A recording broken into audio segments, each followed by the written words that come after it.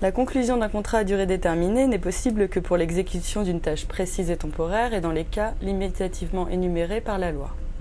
Conclu en dehors du cadre légal, il peut être considéré comme un contrat à durée indéterminée. Il faut donc bien faire attention à ses particularités.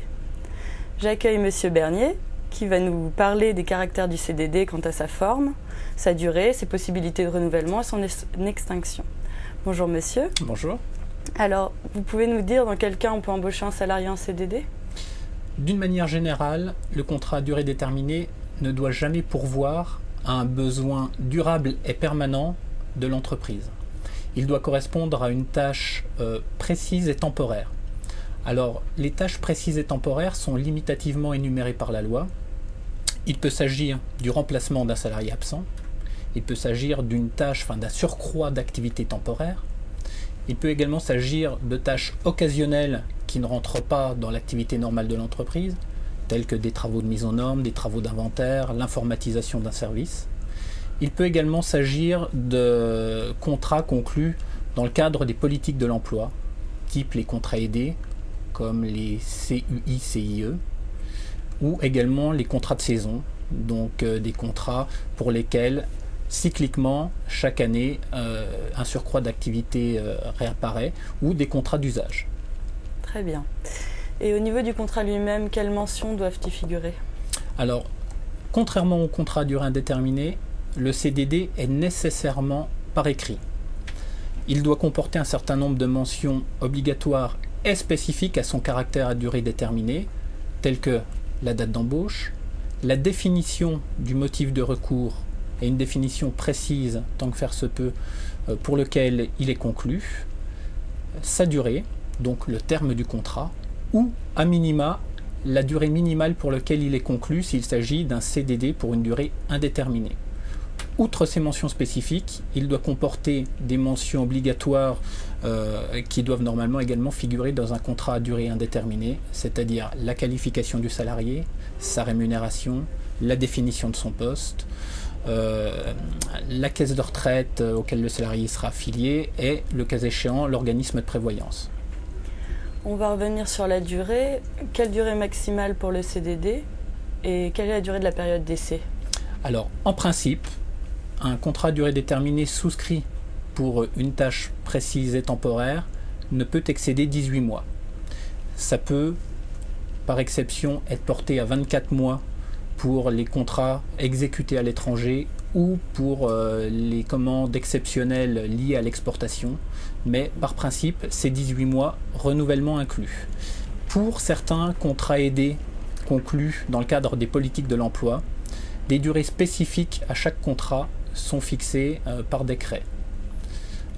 Quant à la période d'essai du contrat à durée déterminée, elle diffère en fonction de la durée initiale du contrat. Elle se calcule en jours en fonction du nombre de semaines de contrat. Donc on a normalement une journée de période d'essai par semaine de contrat. Il faut simplement savoir que pour les contrats de 6 mois et moins, la période d'essai est plafonnée à 2 semaines et que pour les CDD de plus de 6 mois, elle est fixée à 1 mois. D'accord. Et est-ce qu'on peut conclure plusieurs contrats successifs avec le même salarié ou autre cas de figure sur le même poste ? Alors il y a une règle qui veut que le salarié qui poursuit son travail à l'échéance d'un CDD est qualifié en CDI. Donc normalement, la succession d'emplois avec le même salarié n'est pas possible, sauf dans certains cas strictement énumérés, tels que le remplacement d'un salarié absent, si l'absence se prolonge, ou le remplacement en cascade de plusieurs salariés, auquel cas un CDD peut être conclu pour chaque remplacement. C'est également possible pour les contrats de saison, les contrats d'usage et les contrats conclus pour les politiques de l'emploi. En revanche, la succession de CDD sur le même poste, normalement, n'est pas autorisée sous réserve de respecter un délai de franchise entre les deux contrats, délai de franchise qu'on appelle délai de carence. Le délai de carence est en fait un délai de tiers-temps pour les contrats dont la durée est supérieure à 2 semaines et c'est un délai de mi-temps pour les contrats inférieurs à 2 semaines.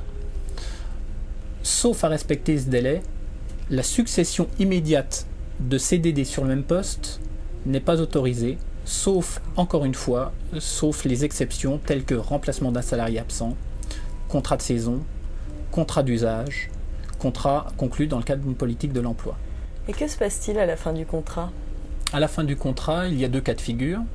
Soit le salarié est conservé au sein de l'entreprise, auquel cas le CDD est transformé en CDI, donc les relations contractuelles se poursuivent aux mêmes conditions, mais pour une durée indéterminée. Ou alors, le CDD arrive à échéance de plein droit, auquel cas le salarié va quitter l'entreprise et il pourra valablement se prévaloir d'une indemnité de fin de contrat, qu'on appelle indemnité de précarité, qui est équivalente à 10% de l'ensemble des rémunérations brutes qu'il a perçues depuis la naissance du contrat de travail. Alors, cette indemnité de précarité est d'ordre général, simplement, il y a des cas où elle n'est pas due. Alors, les cas, ce sont les contrats de saison, les contrats d'usage, les contrats conclus dans le cadre d'une politique de l'emploi, les jeunes qui travaillent durant leur congé scolaire.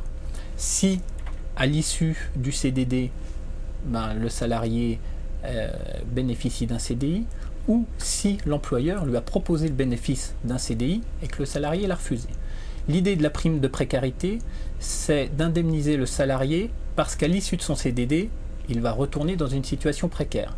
Si l'employeur lui transforme son CDD, une situation donc précaire, et la pérennise en CDI et que le salarié volontairement la refuse, il perd le bénéfice de l'indemnité de précarité. Et à l'inverse, est-ce qu'on peut rompre le contrat avant son terme ? Alors, rompre un CDD, c'est possible, mais dans 4 cas de figure, là aussi strictement énumérés.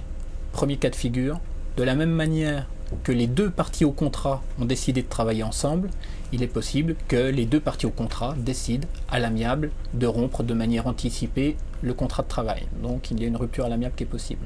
Sinon, il y a la rupture pour faute grave de l'une ou de l'autre des parties, la force majeure, mais qui est interprétée de manière de plus en plus restrictive par la jurisprudence. Et il y a également le salarié qui, durant son CDD, trouve une embauche en CDI chez un autre employeur qui lui permet de mettre un terme de manière anticipée à ce CDD et donc de mettre fin à sa situation précaire au bénéfice d'un CDI par ailleurs. Je vous propose de finir par un petit conseil pratique sur le CDD. Le conseil pratique, c'est pas vraiment un conseil pratique, c'est simplement un appel à la vigilance de la part des employeurs qui ont une tendance condamnable à user et parfois abuser du CDD pour en fait camoufler une véritable période d'essai pour ensuite basculer sur un CDI. Dans ce cas de figure, l'employeur qui souscrit un CDD n'a pas de véritable motif de recours. Auquel cas, il sera difficile, si le salarié demande de manière anticipée sa requalification en CDI, d'amener la véracité du motif de recours. Très bien, merci Monsieur Bernier. Je vous en prie.